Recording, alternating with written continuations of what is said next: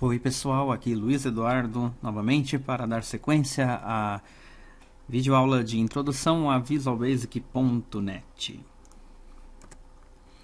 Nesta aula de hoje vamos falar sobre web services e desenvolvimento multithread. Sobre web services, vou apresentar para vocês conceitos sobre web services para acesso remoto de funções. E na parte de desenvolvimento multithread, vou demonstrar como é que o .NET controla threads para aplicar conceitos de multithread na programação. Falando sobre web services. Web services foram criados para facilitar a integração entre sistemas através da internet, independente do sistema operacional e livre de firewalls. Veja, observe que livre de firewalls está entre aspas, daqui a pouco eu explico. Pois utiliza a porta 80 para comunicação. 80 é a porta padrão HTTP. Então, o que acontece? Os servidores, um servidor de internet, geralmente ele tem lá a sua porta 80 porque ele é um servidor de internet. Ele está com a sua porta 80 livre. E os computadores que, por exemplo, nas nossas casas, os clientes, quando vão acessar um site, alguma coisa, dificilmente um firewall tem regra de saída para acessar a porta 80. Então, por isso que é livre, entre aspas, mas é claro que teria como fazer bloqueio nisso. Eles só podem ser criados utilizando programação web. ASP.NET, PHP, faltou aqui Java, também é possível. Entretanto, seus objetos e funções podem ser utilizados por qualquer linguagem. Existem vários tipos de web services, porém os mais utilizados são o SOAP e o REST. Para mais informações, acessem aquele link ali que eu estou passando para vocês, ok? Falando sobre o SOAP. O SOAP, que quer dizer Simple Object Access Protocol, é um protocolo para a implementação de web services que utiliza XML para troca de mensagens entre servidor e o cliente. Com ele podemos criar objetos com funções, subpropriedades, tudo aquilo que a gente já está acostumado aí, que a gente viu nessas videoaulas, ok? Para adicionar web services, dá para fazer via as configurações do My Project. Vou mostrar para vocês aqui como funciona. Eu já criei um exemplo aqui para consumir um web services. Você vai até aqui, Add, Service Reference, e aqui você digita o endereço do web service. Antes faltou comentar também. Lembrando que essas videoaulas são de introdução. Eu não vou ensinar a criar web services. Eu estou ensinando para vocês como consumir web services, como pegar informações deles e utilizar na programação VB.NET que a gente está aprendendo aqui, ok? Igualmente eu fiz aqui um exemplo onde eu criei um web service e coloquei num site para a gente poder utilizar aqui como exemplo. Aqui ele tem operações de listar, incluir, alterar, excluir, classificações e pessoas. As classificações elas servem para identificar pessoas e depois é utilizado dentro de pessoas isso aí. Por enquanto aqui na página, esse ASMX que foi criado quando eu fiz esse web service no ASP.NET, ele é gerado de maneira automática. Então ele tem as funções aqui, tudo listado, só que é só uma maneira de visualizar facilmente as funções que tem aqui. Infelizmente é só isso que tem.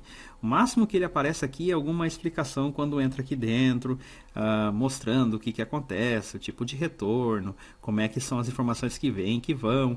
De qualquer maneira, quando você pega este caminho aqui e coloca dentro do VB.NET, adicionando como Service Reference, ele vai aparecer para as funções ali.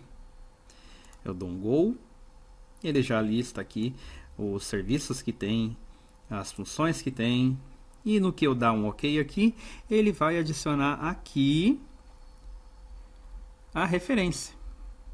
Observe aqui que eu já fiz antes e já tem tudo aqui, ok? Voltando. Depois de referenciado no projeto, as funções do Web Service passam a estar disponíveis através de uma classe chamada Service Reference, que aqui pode mudar, no meu caso eu deixei Service Reference 1, o nome do Web Service, que aqui no meu exemplo é WS de Web Service, SOAP, curso vb.net, SOAP, Client. Aqui tem um exemplo de uso onde eu fiz ele receber um data table desse Web Service. Vou mostrar ao vivo para vocês aqui como é que funciona. Também aqui neste exemplo de uso também tem um exemplo de como é que se grava dados, mas é só uma sub que grava dados. Vamos ver aqui ao vivo neste exemplo que eu fiz. Bom, muito bem. Aqui já temos um formulário, onde eu tenho um data grid e eu tenho aqui um botão atualizar, ou melhor dizendo, um link atualizar, que vai baixar, no momento que eu clicar aqui, ele vai atualizar essa lista aqui. Como foi feito esse código? Bom, como eu disse antes, ele cria uma classe, ok, que tem as funções que foram criadas no Web Service. Estas funções aqui. Então, essas funções do Web Service estão disponíveis nessa classe aqui, que eu chamei este objeto de WS. Para vocês verem, tem ali o classificações alterar, classificações excluir, incluir, listar. O que eu fiz? Peguei o listar. O listar eu já tinha feito quando foi criado o Web Service lá e no ASP.NET. Eu fiz o listar retornar um data table. Ok? Então, o que eu faço com esse data table? Jogo dentro do data source. Simples assim. Depois, também fiz um botão, fiz aqui uma parte para incluir, com o botão incluir, fiz uma parte aqui para alterar e uma parte para excluir. Ok? Na parte de incluir, eu usei a função classificações incluir, que pede para eu enviar a classificação que eu desejo incluir. Aqui está escrito descrição. Eu simplesmente coloco a descrição aqui e ele me retorna um boolean, dizendo se foi incluído com êxito sim ou não. E eu só exibo aqui com message box o resultado. A mesma coisa acontece para excluir, só que diferentemente disso, eu envio o ID.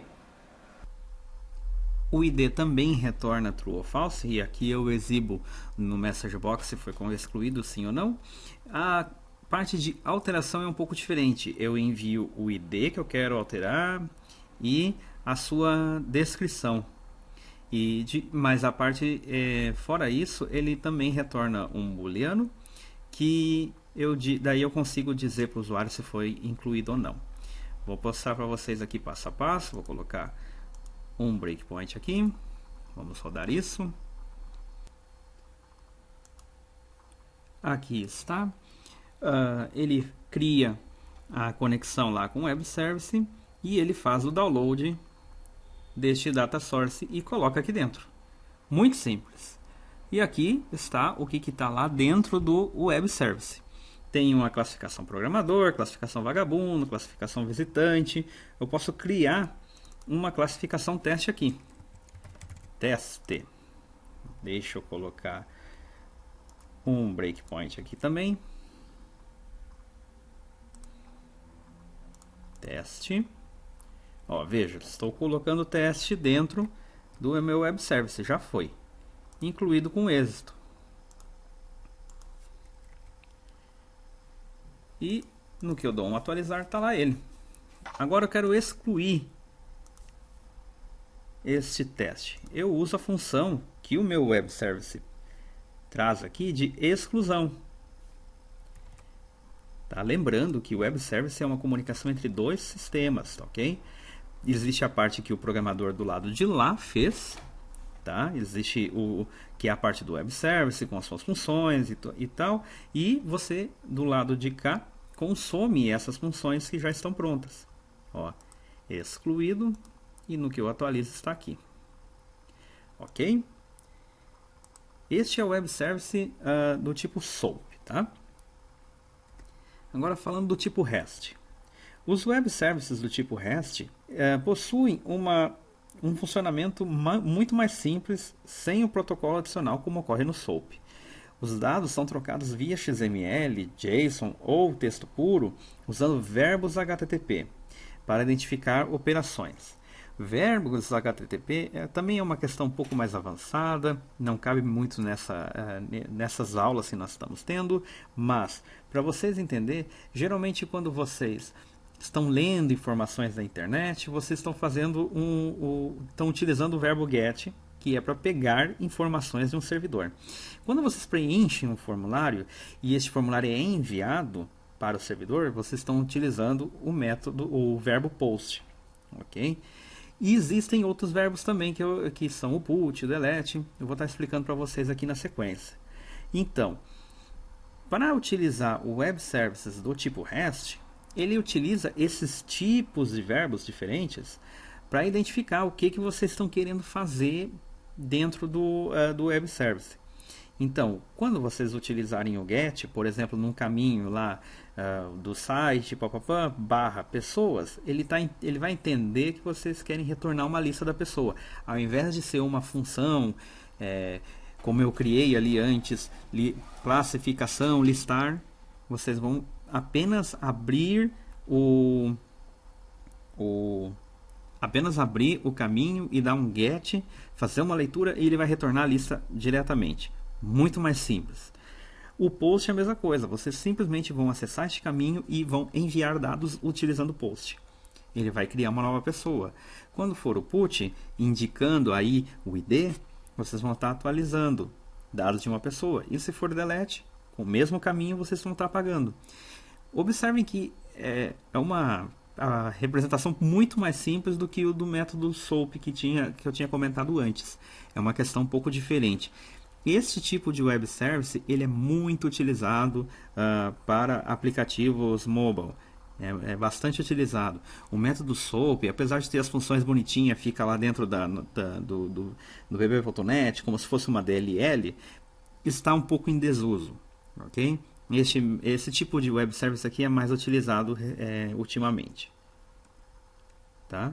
Em outras palavras, nos web services do tipo REST, usamos apenas requisições HTTP simples para comunicar com o web service. Isso pode ser feito com as classes system.net.webClient ou o HTTP Client, que é uma outra classe. Aqui nessas aulas eu vou mostrar o exemplo mais simples, que é do Web Client. Tá? Olha o exemplo ali embaixo. Temos uma classe W, ou melhor dizendo, um objeto W da classe Web Client, que eu simplesmente utilizo a função download string e eu passo o caminho do web service. Ele vai me retornar dentro daquela variável dados o que está vindo do servidor que eu estou fazendo a leitura. Quando eu faço um simples download assim, é o verbo get que eu estou utilizando, ok? Uma vez feito o download desses dados, eles podem ser convertidos para objetos. Vou explicar isso mais adiante. Antes, vou mostrar aqui na prática como funciona. Bom, observem aqui que eu fiz também um exemplo de web service do método REST e coloquei num site para a gente observar como funciona. No que eu dou um Enter aqui no caminho do web service, também mostrando uma listagem de classificações, ele me lista todas as classificações que estão cadastradas no meu web service. Ok? Inclusive, se eu colocar aqui, por exemplo, um barra e eu escolher o barra 10, que é o visitante, e dou um Enter, ele me retorna só o visitante. Ok? Se eu não colocar nenhum e dar um Enter, ele retorna todo mundo. Só que eu estou utilizando só o método GET, porque via browser aqui, quando eu dou um Enter, ele faz o GET e me traz a informação. Tá? Para fazer post, put, delete, já é um pouco mais complicado. Mostrando aqui no exemplo que eu fiz também, dentro do Visual Basic, eu utilizei o Web Client que eu estava mostrando ali naquele slide. Ok? Dou um download string no mesmo caminho que eu estava utilizando no browser ali e estou jogando para dentro desse text box. ele vem de uma maneira um pouco diferente do SOAP. Não são funções prontinhas. Ele vai retornar uma coisa, parece texto, mas isso aqui é um objeto do tipo JSON, tá? E observe que de alguma forma ele segue um padrão. Ele tem aqui umas chaves, o campo ID, e daí 2 pontos o número, descrição, 2 pontos a descrição que tem, daí tem uma vírgula, e assim vai. Ele segue um padrão. Esses objetos JSON, eles são serializados. E é aquilo que eu estava falando no final do slide. Vamos voltar para aquele lance. Uma vez feito o download desses dados, eles podem ser convertidos para objetos. Este processo se chama serialização e desserialização também de objetos. Então o que acontece? Este objeto que veio aqui, ele foi serializado lá no web service e foi trazido para nós dessa maneira aqui, que parece texto, mas é JSON. Existem maneiras de transformar isso aqui que veio, esse objeto JSON, automaticamente numa array de classes, por exemplo, de uma classe classificação, que aqui teria um campo ID dentro e um campo descrição. Eu consigo ver aqui que temos 3 classificações e elas seguem um padrão. É possível desserializar isso convertendo esse objeto JSON e ele converteria isso para nós num array de 3 classificações.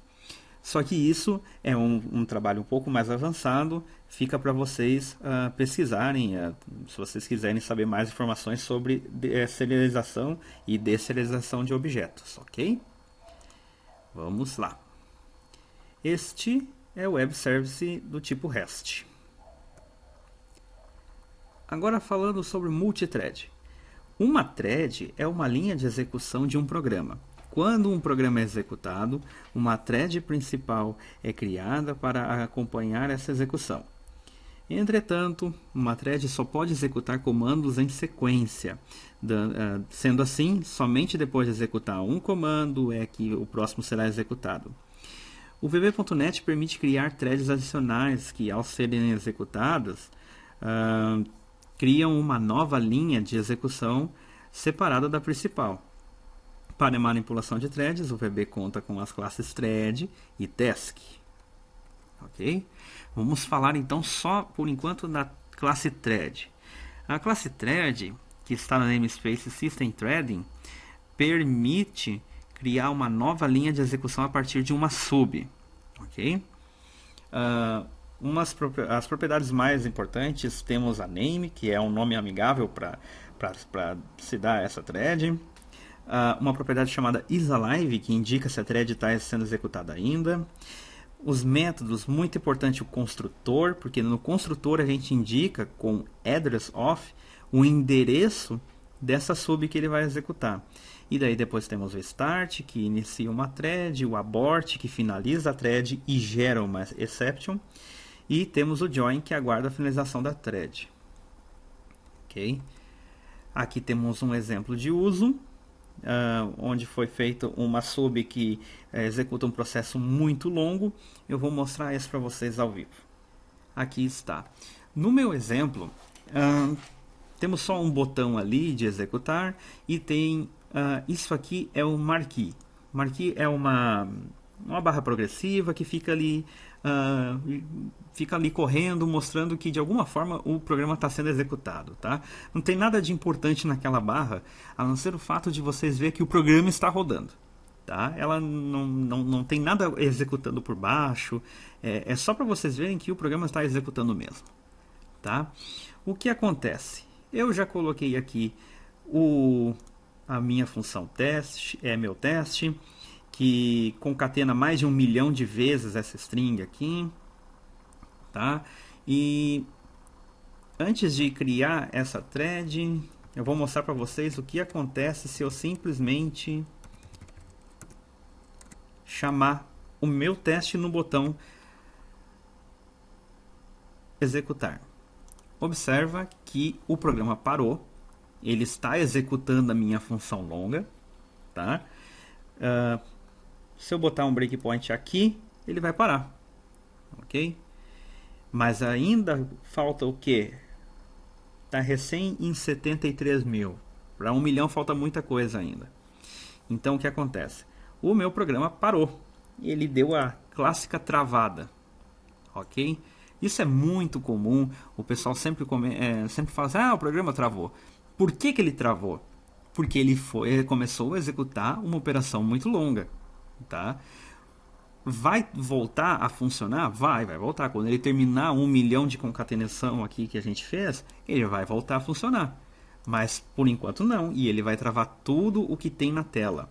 Inclusive ali aquele marquinho que vocês viram que ele parou. A impressão que deu é que o programa ficou travado mesmo. Voltando ao nosso exemplo de thread, vou colocar aqui. Criei uma new thread, usei o address of para indicar a minha meu teste, que está aqui. Coloquei um nome para essa thread aqui, só para vocês verem como funciona, não é obrigatório, tá? E mandei ela executar. Olha a mágica aqui que vai acontecer agora. Pronto. A thread está sendo executada e o meu programa não deixou de fazer as suas operações. Eu poderia clicar aqui de novo e criar milhões de threads, tá? Eu poderia fechar o programa também, eu poderia fazer qualquer coisa, porque aqui, este processo aqui ele está sendo executado ainda. Posso botar um breakpoint aqui, opa, aqui. Ele já está um pouco mais longe, fez 103 mil. Tirar o breakpoint, deixar ele rodar. Antes de deixar ele rodar, observe uma coisa. Aqui temos uma janelinha threads que pode ser encontrada aqui no debugging, Windows, aqui, threads, ok? Essa janela threads ela indica quantas threads tem aberta atualmente. Temos a main thread, que é a thread principal do sistema, e aqui está a minha thread que está sendo executada aqui. Se eu clicar 2 vezes, ele vem para cá.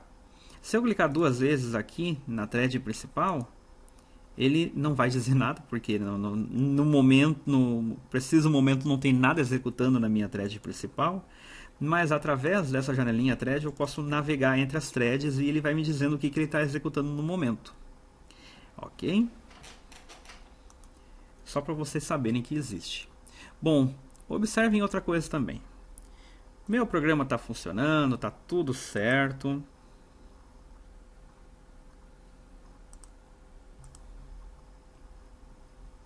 Está aqui executando e vamos supor que eu queira simplesmente fechar esse programa aqui. Observe que ele não para ele não para a execução. Por quê? Porque ele tem aquela thread pendurada. Vou mostrar para vocês aqui. Deixa eu dar uma pausada. Olha aqui o cara. Por mais que eu tenha a minha thread principal fechada, eu tenho aqui a minha thread sendo executada. Se eu clicar 2 vezes aqui, ele vai indicar, ó, tá aqui rodando ainda. Então é isso. E isso acontece aquela famosa situação, eu fechei o programa e ele continua aparecendo no Windows lá como executando, tá? Por que isso aconteceu? Eu simplesmente executei a minha thread aqui, dei um start e esqueci que ela existe. Ela continua sendo executada. O que precisa fazer nessa situação? Precisa aguardar que ela seja executada para só depois finalizar a minha aplicação. Tá? E aí vocês vão utilizar as funções do isAlive para perguntar se ela está ativa ainda. Vocês podem utilizar o abort, só que o abort é uma tristeza. Vou mostrar para vocês aqui. Primeiro passo, eu vou deixar essa thread aqui acessível dentro do meu formulário. Ok, assim eu consigo dar um abort neste botão 2 aqui. Antes de dar o abort aqui, eu tenho que fazer uma alteração neste trecho aqui. Eu vou colocar um try para mostrar para vocês que ele vai dar uma exception aqui dentro, dizendo, olha, alguém deu um abort e você está saindo da linha de execução. Quer ver? T.abort. Agora sim, está executando meu programa, criei uma nova thread e tudo certo. Está sendo executada, só que de repente eu vou aqui e dou um abort. Essa mensagem, o thread estava sendo anulado, ocorreu aqui, na minha função teste, na minha subteste. Foi esse message box que apareceu aqui. Então, quando aconteceu um abort, ok, você finalizou a thread, mas obrigatoriamente você vai ter uma exception dentro da sub que está sendo executada naquele momento, ok? É isso que acontece quando se usa abort. Pode-se utilizar também outras funções. Em vez de dar um abort, você poderia dar fazer uma verificação, ficar testando lá se a thread está sendo executada, como aqui no exemplo do nosso trecho aqui de código é feito um do while is alive, ele aguarda a aplicação, a execução. Depois que ele ele executa, ele diz, a thread terminou, e daí ele segue o baile. Pelo menos não trava a aplicação, ok? Mas é uma outra thread que está sendo executada ali. Tem que ter muito cuidado quando se trabalha com threads. Outros avisos importantes sobre o uso de threads. Uma thread ocupa cerca de 1 MB na pilha de processamento do sistema operacional. Então, antes de sair abrindo thread adoidado, é importante cuidar, pensar se há necessidade de ter aquela thread, se você vai saber quando ela vai ser executada, quando ela vai ser finalizada. Não dá para simplesmente abrir e deixar um filho solto no mundo, ok? Toda thread criada deve ser finalizada. Mesma coisa que em relação à piadinha do filho solto no mundo. Uma vez criada, você tem que saber que ela vai ser executada e vai ser finalizada. Não deixe a thread solta, porque quando você fechar sua aplicação, ela vai ficar pendurada e vai dar a impressão que ficou a aplicação pendurada no momento que você fechou. Threads não retornam valores. Como vocês viram, eu usei uma sub. Tá? Se vocês tiverem que usar uma função e querer que ele retorne um cálculo gigantesco, alguma coisa, vocês vão ter que fazer com uma variável, alguma coisa assim, que passe por fora, ok? A princípio, uma thread ela não retorna valor nenhum.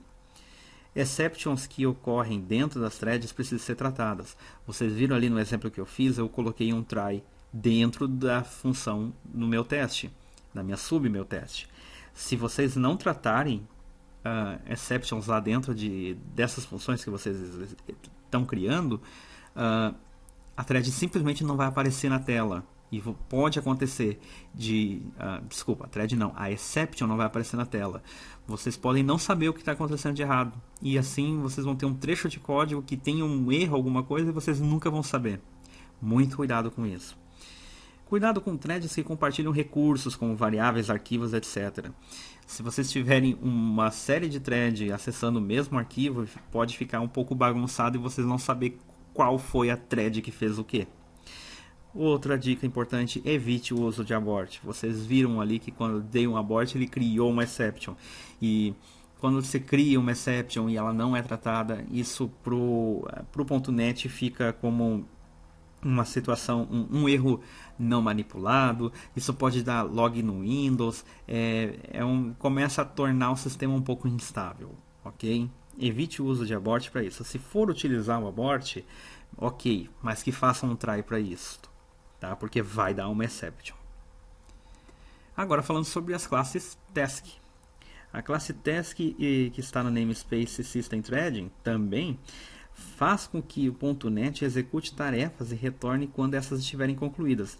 Então, diferente da thread que abre obrigatoriamente uma nova linha de execução e lá dentro você pode fazer a mesma coisa que um botão faz, como qualquer outro, a task é diferente. Você passa para o .NET uma tarefa que você quer que ele execute, mas não precisa ser imediatamente.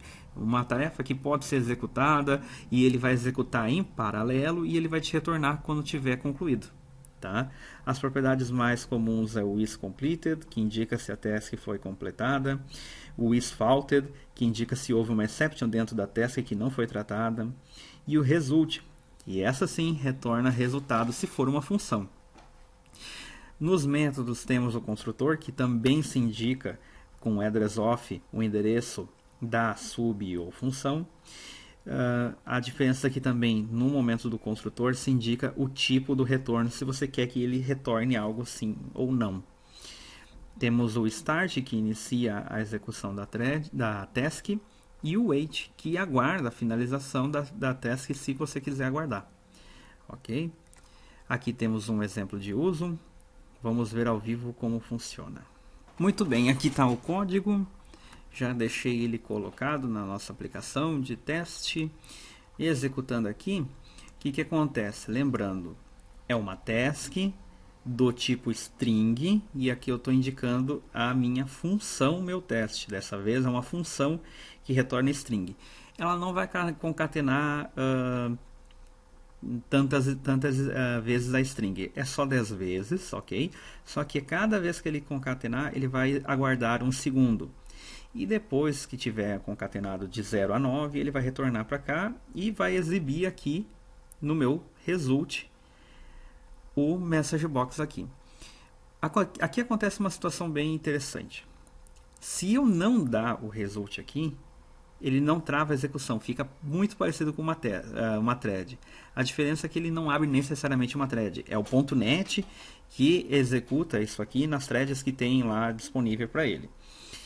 Se eu não dar o tResult, ele vai continuar ali com o meu marquee rodando normalmente como se fosse uma thread. Mas como eu estou dando messagebox tResult, ou melhor, t.result, ele vai neste momento parar a minha thread principal e vai aguardar o resultado, ok? Só por isso eu clico aqui e daí ele está executando lá, vai demorar cerca de 10 segundos e vai me exibir um message box aqui na tela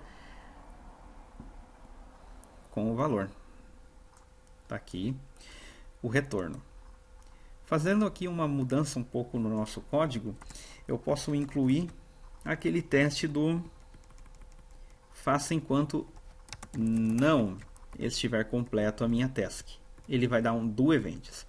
O doEvents é uma sub que faz com que a aplicação processe as outras coisas que tem pendente. Então parece um loop infinito, mas na verdade não. Ele vai ficar executando ali e no momento que, enquanto tiver alguma coisa dentro desse loop, ele diz assim, olha, faz as outras coisas que tem na tela pendente aí. Como por exemplo o nosso marquee. Observe aqui durante a execução que ele vai cair, ele está executando aqui, mas ele está dentro desse loop aqui. Ok, observe que ele parou aqui dentro do meu loop e ele está executando esse doEvents. Por isso que ele tem a impressão aqui, ele está num loop ali dentro, mas ele está executando alguma coisa na minha tela. Ó, retornou aqui, agora está pronto. Ele já retornou um valor. Ou seja, ele saiu desse loop no momento que a minha task estava concluída e exibiu o resultado. Ok? Isto são as tasks. Avisos importantes sobre o uso de tasks. Também executa tarefas assíncronas, igual threads, mas sem necessariamente criar uma nova thread. É o próprio .NET que executa no pool de threads que ele tem essa tarefa no momento que ficar mais fácil para ele. Ok? Permite retorno de funções, uma coisa diferente do que a gente viu em relação às threads. Outro detalhe, ocupam menos recursos do sistema operacional para executar, porque como ele não utiliza uma nova thread para isso, ele acaba ocupando bem menos recurso, tá? Fica mais leve. Outro detalhe também, possui mais opções para trabalhar com paralelismo. Para isso, consultem os marcadores de código async e await. É muito importante porque conceitos mais avançados dentro da programação Visual Basic utilizam marcadores de código async e await. Vocês podem consultar sobre isso. Parallel for each para dividir laços em vários núcleos de processamento. Imaginem Vocês têm um super servidor com 8, 16 núcleos de processamento e vocês precisam fazer algo que seja dividido dentro desses núcleos, um laço gigantesco que faça cálculos astronômicos. Enfim, é através do Parallel for e o Parallel for each que vocês podem fazer isso. Tá? Isso ele faz de uma maneira automática, também ainda dentro falando de tasks. E outro detalhe também importante são as funções lambda. Não tem a ver com tasks. Funções lambda são funções, é um conceito completamente separado disso. Pode ser utilizado para várias coisas, mas é importante também para, se for trabalhar com paralelismo, saber sobre funções lambda, ok? Bom, pessoal, essa foi a videoaula de hoje. Espero que tenham gostado e até a próxima. Obrigado.